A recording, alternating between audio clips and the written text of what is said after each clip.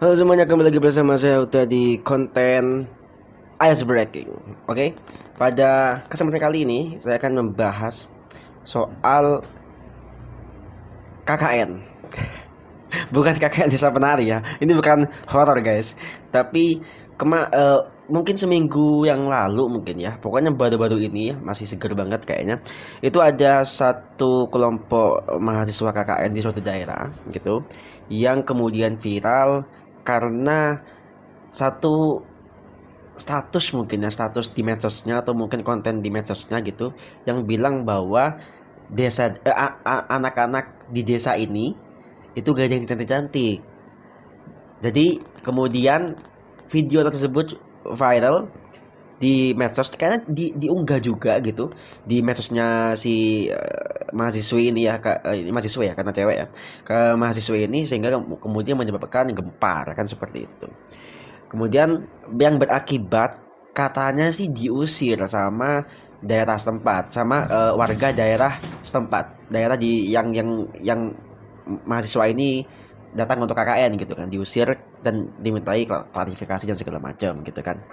Memang sudah masuk bulan Agustus, memang kayaknya rata-rata semua kampus ya, nggak juga mungkin ya. Setahu setahu saya di Agustus biasanya udah musim-musim para mahasiswa KKN nih biasanya nih. Di daerah-daerah kalian gimana tuh? Karena kalau di daerah saya ini sudah banyak sekali mahasiswa KKN yang sudah terjun ke masyarakat. Dan tentunya kalau KKN tuh kan memang adalah program dari kampus ya, yang mana kalian diharuskan untuk terjun ke masyarakat untuk tahu bagaimana mungkin program di desa atau mungkin bagaimana kehidupan di desa, sehingga kalian dapat membantu atau dapat menyempurnakan beberapa hal sehingga dapat apa ya, diharapkan itu kalian memberikan impact bagus tentunya terhadap desa yang kalian tempati gitu. Sedikit cerita ya tentang KKN ku dulu ya. KKN ku tuh tahun 2018 di suatu desa lah gitu. Dan tentu selama sebulan macam-macam ya, kalau di kampusku dulu sebulan, mungkin ada yang mungkin 2 bulan 3 bulan tergantung kebijakan kampus masing-masing gitu kan. Tentunya kita dihadapkan pada satu permasalahan pertama, adalah bagaimana cara kita menyatukan visi dan misi antar sesama mahasiswa. Karena biasanya kalau KKN itu kan dicampur-campur antar ini kan, antar jurusan kan. Jadi waktu itu karena aku fisip, kemudian dicampur sama ekonomi, sama sastra, sama hukum, sama FKIP, sama teknik juga di situ. Pokoknya dikumpulkan jadi satu dalam satu kelompok besar, dan tentunya kita diharapkan selama 1 bulan penuh bagaimana cara membantu masyarakat desa untuk apa namanya, untuk ya lebih ke apa ya, aku agak sedikit gimana mau ngomong, intinya untuk membantu masyarakat desa lah dalam menjalankan kehidupannya gitu ya. Bisa dari roda perekonomian, bisa dari roda apa namanya, usaha pribadi gitu, atau bahkan ke event-event kecil di balai desa misalnya kayak gitulah. Dan biasanya kalau kenapa Agustus dipilih waktu itu aku dulu ya, dan kayaknya di kakak tingkatku juga semuanya Agustus semua, karena biasanya di Agustus kan banyak event nih, misalnya event-event kecil seperti perlombaan. Pokoknya biasanya kalau Agustus itu kan karena hari kemerdekaan, kita merayakan kemerdekaan Indonesia, jadi banyak sekali masyarakat-masyarakat yang mengadakan berbagai macam event untuk desanya, dan biasanya anak-anak KKN ini terjun ke sana untuk juga memeriahkan kan seperti itu. Ya intinya membantu dan juga membuat event-event tersebut gitu loh. Tentunya dari beberapa kepala dari jurusan yang berbeda-beda dan kemudian diharuskan untuk berkumpul bersama selama sebulan, tentu ada banyak sekali perbedaan cara pandang, kemudian tujuan baik itu personal maupun apa namanya, maupun kelompok misalnya. Kemudian gaya hidup, ini yang lebih utama juga, gaya hidup kadang-kadang gitu kan. Jadi masalah pertama adalah bagaimana cara kita menyatukan otak yang mungkin bersepuluh, mungkin berdua puluh kita menjadi satu tujuan selama kita berada di KKN. Nah biasanya itu tuh masalah pertamanya gitu. Kemudian masalah kedua biasanya bagaimana cara kita membiasakan diri hidup di desa. Ini fakta ya. Ini fakta karena tentu ada beberapa mahasiswa KKN yang mungkin hidup di kota, yang jelas sekali perbedaan antara gaya hidup perkotaan dan pedesaan kan jelas kontras sekali kan. Jadi biasanya ada anak-anak tuh yang memang nggak bisa apa ya namanya, nggak bisa cepat beradaptasi dari yang dulunya hidup di kota kemudian harus hidup di desa kan, seperti itu. Adaptasi. Masalah kedua biasanya adaptasi yang ya mungkin ada orang yang cepat adaptasinya, ada orang yang lama adaptasinya, tergantung nanti kalian apa ya, kalian bisa menyesuaikan diri lah gitu. Apalagi beradaptasi bukan hanya soal lingkungan, bukan hanya soal kehidupan, tetapi juga soal bagaimana berinteraksi dengan masyarakat setempat. Karena biasanya kalau di pedesaan tuh suasananya guyup gitu kan. Apa namanya, antar tetangga itu kan apa namanya lebih harmonis, karena rumah-rumah biasanya juga dempet-dempet gitu kan. Jaraknya juga gak terlalu jauh-jauh banget gitu. Biasanya rukun gitu. Jadi bagaimana cara mahasiswa KKN ini harus beradaptasi dengan gaya hidup seperti itu, menyesuaikan dengan tempat di mana beliau tinggal gitu ya. Kemudian masalah ketiga, masalah ketiga waktu itu eh, membuat program kerja biasanya tuh. Nah, di kampusku itu dulu ada dua program kerja. Program kerja umum sama program kerja khusus. Nah, program kerja umum ini adalah program kerja yang dibuat oleh universitas secara keseluruhan. Jadi semua jurusan itu sama program kerja umumnya. Tapi kalau program khusus adalah program yang ditugaskan dari fakultas masing-masing. Jadi per fakultas tentu program khususnya berbeda-beda. Itu biasanya karena kan gini, meskipun kita menjalankan program khusus ya, karena kan per fakultas, tapi tentu kita membutuhkan kerjasama tim. Tetap as a team kita harus saling gotong royong gitu kan. Biasanya ada beberapa teman-teman itu juga kadang-kadang malas atau gimana gitu kan. Nah, bagaimana cara kita inilah untuk bisa bagaimana saling tolong menolong gitu sehingga mendapatkan feedback yang sama ketika kalian membutuhkan teman-temannya kan, seperti itu. Dan tentunya banyak ya problem-problem yang biasanya biasanya muncul ketika KKN.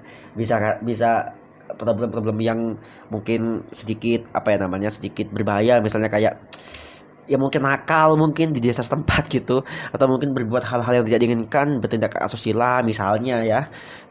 Mungkin ada juga seperti itu gitu, dan masih banyak lagi lah yang dilakukan oleh mahasiswi ini. Tentu cukup menghebohkan, dan ya gak gini sih, kalian tuh jangan gampang ngepost atau iya jangan gampang ngepost di sosmed lah kalian tuh gitu. Maksudku, kalau memang pernyataan soal di desa ini gak banyak yang cantik misalnya gitu, kalau memang pernyataan itu memang murni dari pribadi kalian, ya udah simpan aja untuk diri kalian sendiri. Jangan dipost, jangan dibuat status, jangan dibuat storygram gitu, jangan dibuat atau diupload ke TikTok misalnya gitu. Jangan, karena kalian nggak tahu kalian akan viral kapan gitu. Kalian nggak tahu kapan kata-kata kalian itu menyinggung orang lain, lebih tepatnya gitu loh. Pada akhirnya kalian kena impactnya, kena dampaknya di perbuatan kalian sendiri, seperti itu.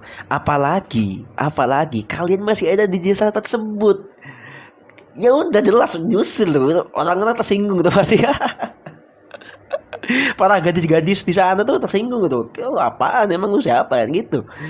Tahanlah kalian tuh opininya. Kalian masih mengabdi di desa tersebut, harus bisa menyesuaikan dengan adat istiadat kebudayaan dari desa tersebut. Jangan saya anak jidat kalian gitu kan.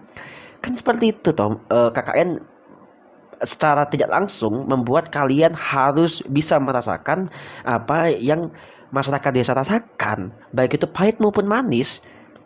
Memang hanya sementara, cuma kan seenggaknya pengalaman yang sementara ini mungkin dapat mengubah hidup kalian suatu saat nanti gitu kan. Jadi apalagi mahasiswa KKN ini membawa nama kampus. Tentu ketika kalian berbuat ulah, kampus kalian yang kena.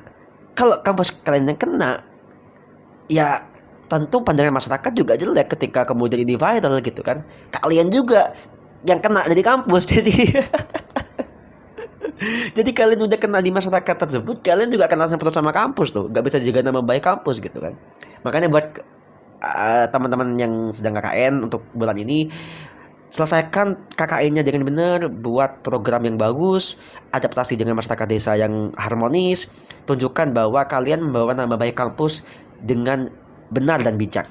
Sehingga masyarakat desa setempat salut kepada kalian, otomatis salut juga terhadap kampus yang menerjunkan kalian di desa tersebut gitu. Jangan malah buat ulah. Kalau kalian buat ulah ya kalian kata sendiri lah gitu. Dan KKN ya, kalau misalnya kita sedikit bicara soal KKN itu memang kadang-kadang lucu juga gitu. Aku juga terkena beberapa masalah yang sebelumnya aku jelaskan tuh, karena aku biasanya gak ini ya, jarang ya, masih hidup sama orang tua waktu itu tahun 2018, kemudian harus terlepas dari orang tua sehingga ya bilang ngekos gitu kan, karena kita tinggal di sana gitu. Memang gak terbiasa pertama, jujur aja gak terbiasa. Seminggu pertama tuh kepengen pulang ya, sumpah. Karena udah homesick bangsat. Padahal antara desaku sama desa di tempat aku KKN tuh nggak sampai 20 menit kali kalau pakai motor. Tapi udah homesick itu. Pada akhirnya bisa membiasakan diri, ya itu tadi, kita jangan menutup diri dari mereka. Kita harus mau gak mau harus open terhadap mereka. Se-introvert apapun kalian, kalian juga harus open terhadap masyarakat setempat biar kalian juga diterima. Ketika kalian diterima, tentu suasana desa bagi kalian jauh lebih menyejukkan, jauh lebih ya pada akhirnya keluarga gitu loh. Jadi kalian harus bisa benar-benar menjaga attitude kalian selama di tempat KKN kalian. Jangan berbuat macam-macam. Kalau mau berbuat macam-macam ditahan dulu aja. Baru selesai kalian KKN baru tuh macam-macam deh kalian tuh. Tapi selama kalian masih ada di tempat KKN, kalian jangan bikin ulah. Karena yang kena bukannya kalian, tapi nama kampus kalian. Gitu guys, oke? Ya mungkin itu aja Ice Breaking kali ini. Sampai jumpa di konten Ice Breaking dengan berita-berita viral selanjutnya. Bye bye semuanya.